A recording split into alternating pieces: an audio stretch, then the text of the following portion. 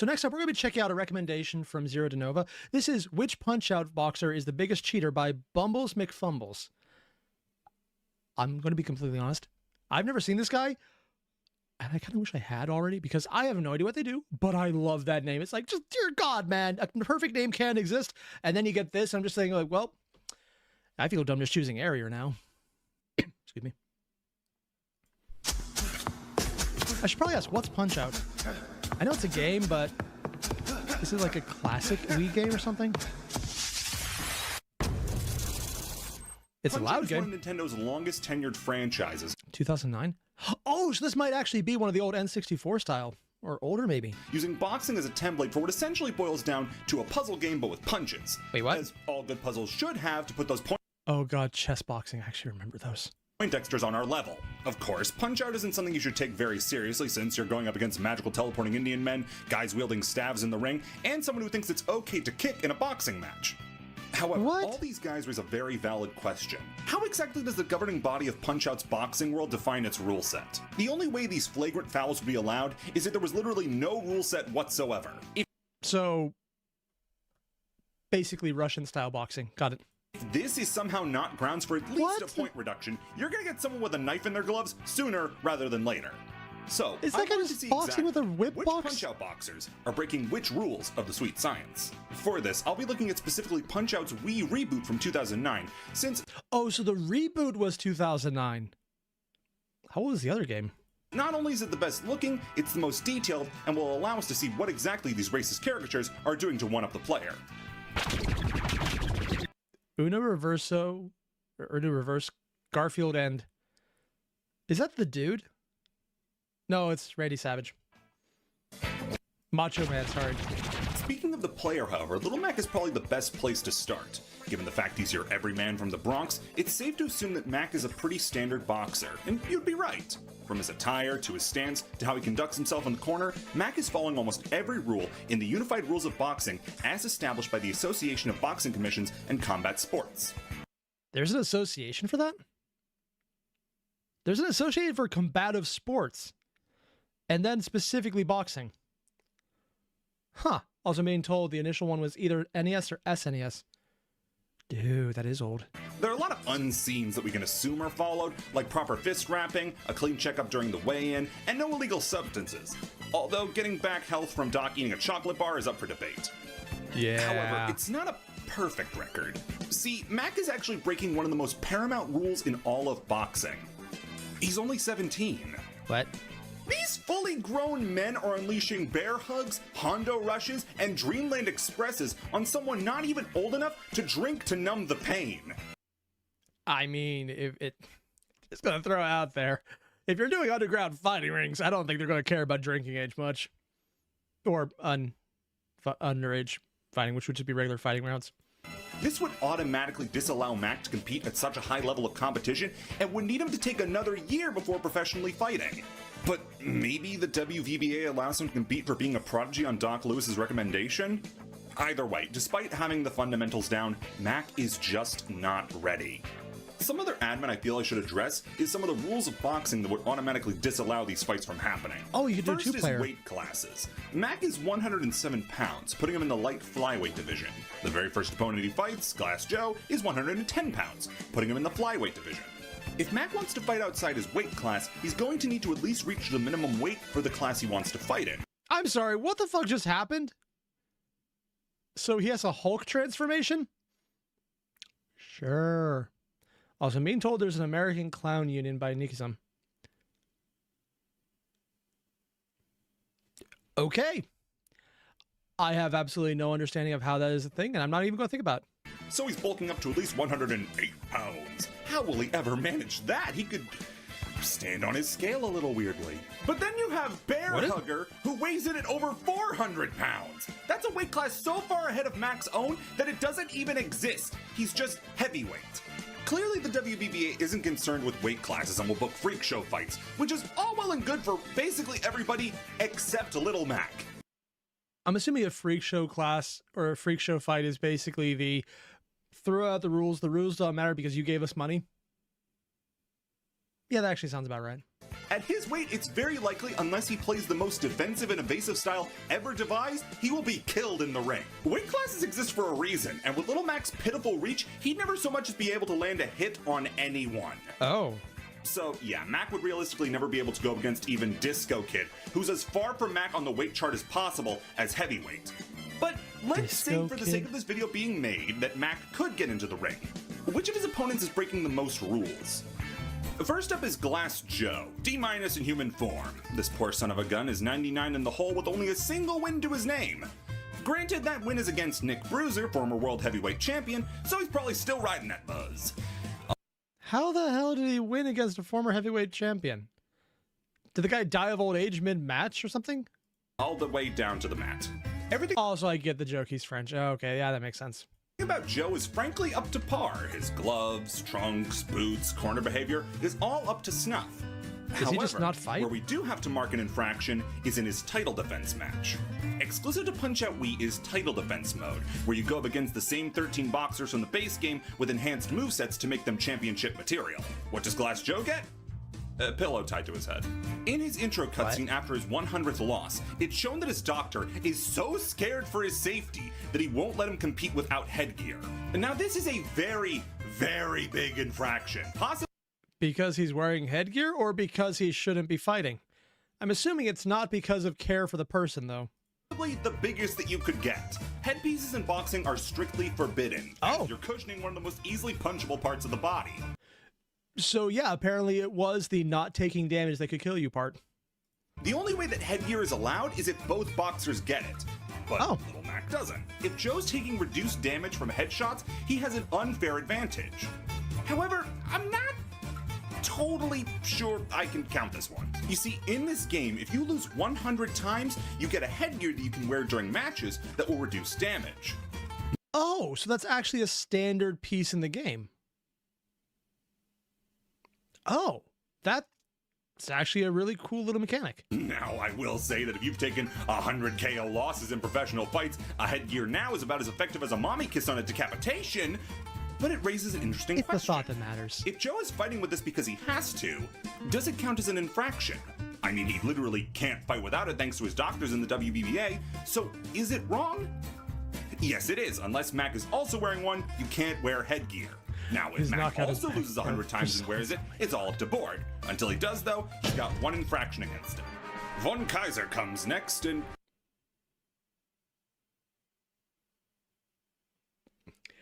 I think I see where this is going. Every single one is basically a Hetalia stereotype. Oh, wow. That's... okay. given the fact that he's shown being bullied by kids, I think Mac will do just fine. Kaiser seems totally up to board, just like Joe. However, it's time to bust out a rule you might not have even thought about. What? Kaiser's pants are actually the big problem. What? In boxing, it's required that you wear loose-fitting trunks that extend no further than the knees to better show off potential low blows.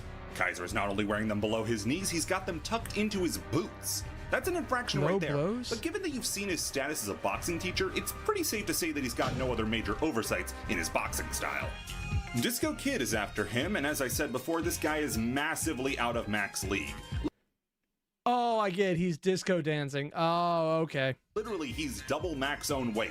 At first, I thought the disco ball in his intro could count as an outside electronic, which you can't have, but upon closer inspection, it's more likely than not a part of the bombed-out ghetto gym that these fights take place in. It's a professional fighting... He's actually disco dancing through the fight, not just as a... Is this like a fan favorite of the developers? Because this seems like someone who's just, we're going to do it, and I don't care what you say anymore. Arena on Mondays and Thursdays and Senior Bingo on the weekends. However, you can nail him for using headphones in the corner. He could very easily be receiving outside illegal advice through those. There's just no way to know. However, how do you get outside advice in a boxing match? The entire point is, hey, you see that guy? I don't want to see him anymore. Knock his lights out. Maybe I'm missing something, though. The biggest offense is in his title defense fight, where he foregoes the boxing shorts for a fashion-forward leotard. While fitting in with his lifestyle choice to take up boxercising, it's also bananas illegal. In boxing, you're required to have a clear line of demarcation between your trunks. Oh, sorry. I just realized it's probably a joke about the one orange-haired dude who did a lot of the exercising and wore a yellow or I think it was a purple leotard as well. Yeah. And your That's a chest 90s with the seam reference, of your man. boxing shorts. It also needs to contrast as to let your opponent know where would count as a low blow. Oh. He's not even wearing pants! Disco Kid is ass- Wait. So one of the rules is actually clothing differentiating where a low blow counts at. Oh, that's actually something really cool. I had absolutely no idea. So you're literally painting on, by what you're wearing, what a legal hit is. Which is why the previous guy having too high up pants was bad, because you were cutting down the legal punch area. For low blows, and he has nobody to blame but himself. The Disco Kid comes out swinging with a record-setting 2 infractions. Here's hoping he doesn't get immediately... Yeah, The fuck was that? There's a lot to unpack with King Hippo. Oh, God. Probably one of the most iconic boxers Apparently, there's an actual thing called boxer size called Taibo.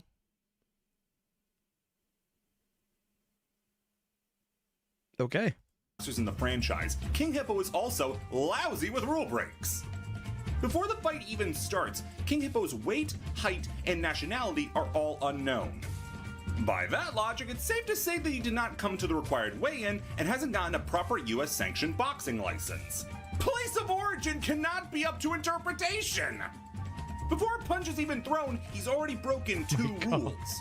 Then we get to the fight, and instantly we got a violation for head covering. That funny little crown may look good in marketing, but you don't get to take it into the ring. Also, he keeps having his pants fall However, for down. the rest of the fight, he somehow manages to keep it clean, save for his pants falling down, but that's a more public indecency thing than a boxing thing. In his title defense mode, however, we've got a bigger issue to deal with. His crown is back and actually bigger this time, but the real issue to discuss is what's going on with his stomach. He's wearing body armor! But would you believe me if I said that the covering for a man's hole isn't the only problem here?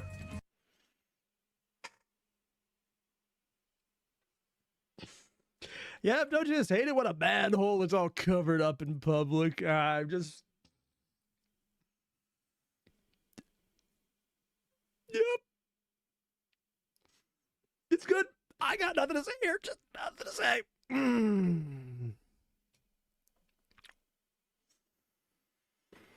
Okay, I'm good. Not gonna make any inappropriate jokes because I would never do that one. Only in minor circuit fights are you allowed to have tape on your body. That's why the big X over his tummy is legal. In a world championship fight, you can't have tape on your person.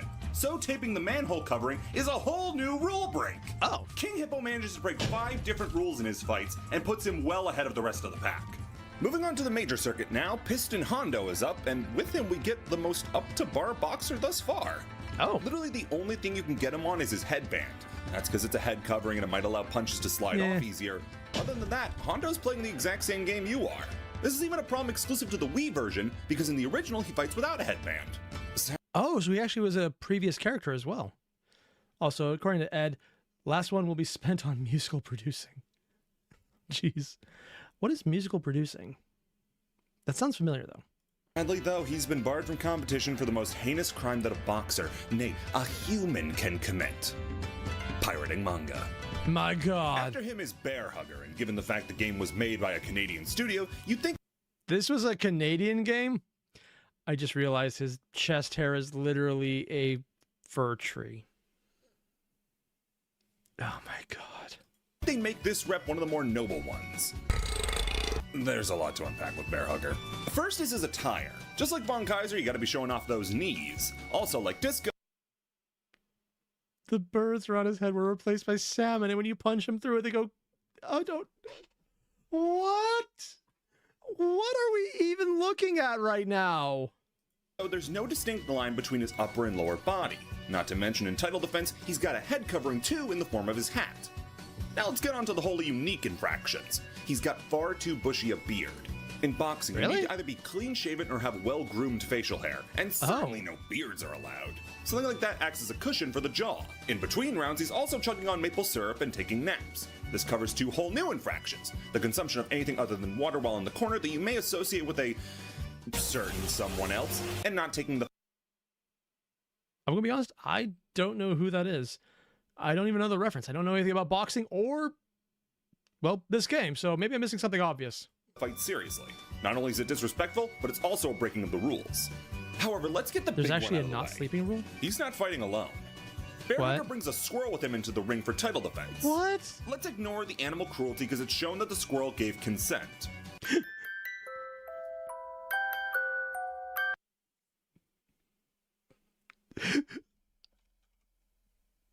squirrel gave consent. You know, there's a few phrases out there that no matter how many times you hear them, they do not sound good. Like, this is one of those phrases. If I hear yes, and the squirrel consented, you probably need to rethink everything that led up to that sentence. It's shown that the squirrel gave consent. I'm glad I'm not the only one thinking that. And instead focus on the rule of boxing that only the fighters and the ref can enter the ring. You can't do tag team boxing despite how cool that sounds.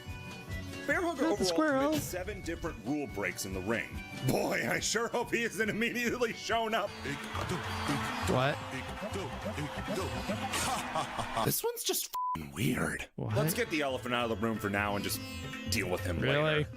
First off is the obvious head covering. Can't do that. Also, he's wearing full pants rather than boxing trunks. It's blasé at this point. And also the last boxer in the game to break this rule, since from here on out we're all playing fair in the pants game. You know, right after the squirrel giving consent part, the pants comment, it has to be intentional. He has to be doing it on purpose at this point. He also leaves the ring at points, which is incredibly illegal, which he can only do because of... No, let's just get it over with. I mean, he never touched the ground. In the unified rules of boxing, there isn't anything exactly outlawing the use of magic, but at the same time, I feel like that's only because Evander Holyfield never tried a fucking cup and ball trick in the middle of a match. So he's obviously cheating with the use of magic, but it's not that easy. Oh my god. Essentially, I need to make up a rule on the fly here. Do I penalize him under each different class of magic used? Do I penalize him once under the broad umbrella of magic usage in general? Are clones counted as outside influences despite the fact that they're the same guy? If the clones can't do damage to Little Mac, are they a threat? Ultimately, it came down to this. I'm handing out an infraction for the teleportation, 1 for the floating, and I'll give him an infraction equal to the maximum amount of clones he uses in one fight, which is in his Mirage dance, where he uses a clone in the back and 1 to try to pincer you. So I'm giving him an overall 4 infractions for the usage of magic. That lands Tiger with 8 infractions when you add in the use of a flying carpet, which again, isn't covered in the rules, but I'm just pretty confident about it. Call it a hunch. What even is this game? I thought earlier it was just like, oh yeah, it's like knockoff Hitalia. Now, considering this is apparently older, it feels like Hitalia's knockoff Punch-Out. I don't even know which way this is going right now. As a breath of fresh air, Don Flamenco only gets 2 infractions, with the first being for the toupee that he wears during matches. That's a head covering, and as unlikely as strike through the top of the head is, and no matter how little it covers, an infraction is Honestly, his hair doesn't look bad without it. still an infraction. However, his second one is for one that you might not have even seen coming. In his mid-match corner rests, he'll spritz himself with perfume. There are actually a few reasons that this is illegal. Really? First off, the use of an aerosol can be used as an irritant for the other boxer, as the scent can disorient. That actually makes sense. And the actual perfume applied can cause the gloves to slip off. But key amongst these facts is that in the corner, only an adrenaline solution, Avitine, and Thrombin are allowed to be applied. I mean, I know what adrenaline is, but I have no idea what the others are. I'm assuming there are ways to just get you back up if something goes wrong. Unless that thing is filled with liquid adrenaline, he can't have it. I'm also iffy on if this counts as magic, but I'm willing to let it slide as it's outside of the fight. Recreational magic is fine. But thankfully, it looks like the worst of the cheaters are behind us as we move on to the World Circuit. Oh no. Who's next exactly? Oh, fuck that! Soda Popinski is next, and let's just get the obvious one out of the way to start off with. Just like Bear Hugger's syrup, you can't drink soda while in the corner. But he Soda.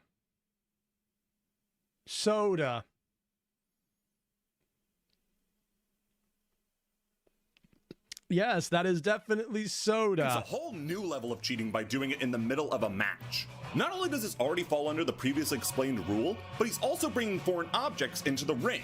Not to mention he's a sloppy drinker, and by getting soda onto his chest, he's applying an illegal substance to his body. I'm sure you know how sticky soda can be, so imagine trying to punch someone drenched in it. But now for the big one, as he's the only boxer that we know of that's doping. We see doctors making him special soda in a lab that lets him pull a truck with his teeth. And he's guzzling 18 bottles of this stuff in a match in his title defense. Oh my god.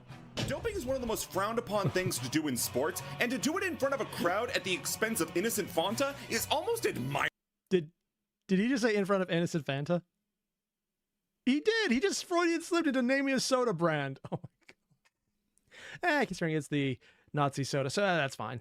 terribly bold. A bald bull comes next, and with a head shaped like that, you can imagine he's gotten a few broken rules under his belt. Oh, God. For starters, between rounds, he's shown applying hot towels to himself, which, given the rules of boxing, he can't do. What? You can only apply a cold towel to yourself if you want to use one, but maybe it could be a cold towel and he's just so hot from boxing that he's steaming? I'm willing to give him that one, but one I can't budge on is his rage issues. Bald Bull just sort of rampages and wins fights by accident rather than on purpose. As such, after winning the title in title defense mode, he's so blinded with rage that he attacks the ref, throwing him out of the ring. That doesn't just get you a penalty, that gets... Okay, wow. Also, Bill, the guy is taking superstars in front of everyone. I mean, you could call him the Lance Armstrong of boxing. Yeah, that one's still too soon. You banned for life. As well, when he's in the corner, he's shown lifting weights, something I'm not exactly sure on the legality of, leaning on the side of no, but when you get to the point that you start hucking them into the crowd, I feel like that's enough to get the ref to ask you to leave. Or maybe to ask the police to come and pick up a guy. Although at this point, with all the other shit, why not? Super Macho Man comes next, and with him he brings a ton of infractions. One of a kind too, so that's good for him, I guess. First off is the gold chain and earrings that he wears. Boxing rules dictate that you can't have any piercings, and you need to take them out before a fight starts. Speaking of attire, his trunks have personal branding on them, which is strictly forbidden. Really? Along with that, in between rounds, he's taking questions from the press, which violates rules regarding press distance from the ring, allowing them only on specific sides of the ring from a certain distance. On top of that, he's got a personal electronic with him in the camera that he's taking selfies with. Then there's the foreign object he brings into the ring when he puts sunglasses on to try to hit the Super Macho clothesline.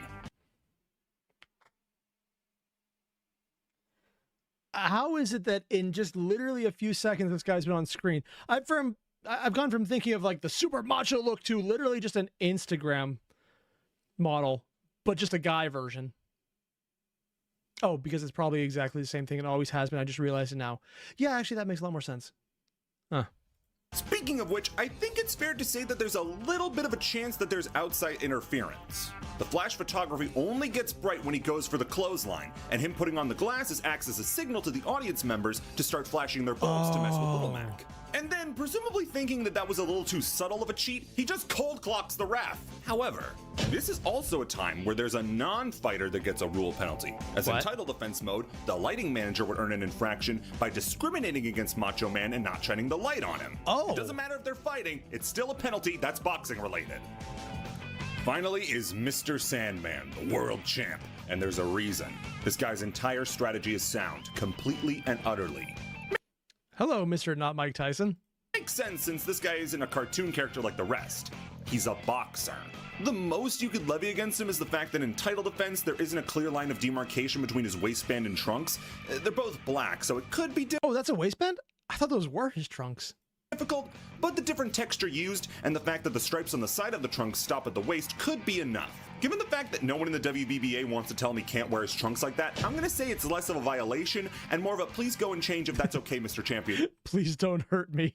Oh my God. Sir. I was putting this one off because the highest amount of infractions thus far is Great Tiger with 8. This boxer has 19. Let's go. How? Like, it didn't seem like there was that many character variations. What is he going to do? Try and go out and just hit someone's wife up behind the scenes, take her on a nice date, then never call her back? Sure, why not? Aaron Ryan is the first boxer in the world circuit and was made to represent the typical dirty boxer. But they didn't have to go this far with it. What is a Aaron Ryan may typical be a fellow dirty boxer? countryman, but that doesn't mean I'm gonna let slip what he tries to pull. Starting off, it's safe to assume that for the whole game, boxers have been getting their gloves the standard way. In a professional boxing fight, boxers get their gloves provided by the venues. However, because Aaron Ryan's using loaded gloves, he's clearly bringing them from home. On top of that, we know that he wraps his fists properly, but yet again, that's something that he did at home and it wasn't inspected by the ref. Bringing these things from home and not having them inspected is 4 penalties already, and that's not to mention the little fact that he has loaded horseshoes in his boxing gloves. He's planning on killing Little Mac at this pace. God. On top of that, he's shown throwing out the classic boxing cheats, trying to throw elbows and headbutts at Little Mac, as well as jumping off the ropes for that headbutt. Including that, he's also shown potential trying to throw the fight by allowing Mac to get free hits in, literally asking him to hit him. No ref would allow that. But that's not it. Wait. You're not allowed to do that? See, this is one of the things where I'm completely blindsided because I didn't think allowing someone to hit you would do it. unless it's probably an interaction with rules against throwing a match because of sports betting, which would be more of a problem because that's criminal organization related. Aaron Okay, Ryan it kinda also makes attempts sense. to attack Mac before the bell sounds between rounds, and in doing such, Attacks throws the the ref bouncer. away. That's one of the biggest no-nos in boxing, and it's just one of the nearly 24 infractions that Aaron Ryan accrues. There's more. Another thing to note is that there is a difference in the rules regarding intent to cheat and actually cheating. If you load your gloves, that's one strike. Actually throwing a punch is a different one entirely. However, this is all before his biggest infraction in title defense mode. Not only There's does he steal more? Mac's gloves from the minor circuit after breaking his old ones, he then goes on to fashion his old gloves into a flail! So obviously, bringing a weapon into the ring as well as using that weapon are illegal. But that's not even it. The glove he's using as a flail is old and ragged, and the rules state that if a glove is in such bad condition, it should be replaced by the venue. So even his cheating is cheating! Even more, when he gets knocked down, he'll attempt to throw one more swing with his weapon, and when a fighter is going down, they can't throw any more punches. The ref has already ruled them down and is waiting to deliver the 10 count. And finally, Ryan is also seen inciting and fighting with the crowds to the point that they start throwing stuff into the ring. It's almost admirable how much cheating he manages to sneak into a fight that probably won't take that long. It's not even close that Aaron is cheating twice as hard as the next two biggest cheaters combined. And they were bringing in squirrels, clones, and magic. The magic clone squirrels were not nearly as bad as the random Irishman. I mean, every single one, man. It's basically just Hitalia the fighting game. Aaron Ryan did his cheating all on his own. This goes beyond being banned from competition. He's gonna be killed at this rate. Oh my god, man. The WBBA is going to have a hell of a lot of paperwork to go through to clear up these infractions. And without these cheaters, the league would probably be like 3 people, and one of those people would be Glass Joe, and that's not much of a league. Oh, God. So please accept my proposal for a new little Mac design to line up with the rest of these flagrant rule breakers. Mac with a gun. So, as you, I see this. I'm you fine can with see it. here that, I gave him a gun. Oh. It's a very different game. Very different game indeed. So I've never heard about Punch Up before, or I've never played it. I've heard of it. I never got into it. But that is a lot more what the fuck inducing than I had any idea about because, oh, wow. And I'm being told there's a part 2 to this because that wasn't all of the cheating. There's more. Oh my god. I don't know how to deal with that other than to laugh my ass off. And I'm okay with that part.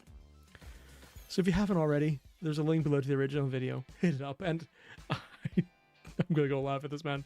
That's awesome. See you guys in the next one. Adios. Oh.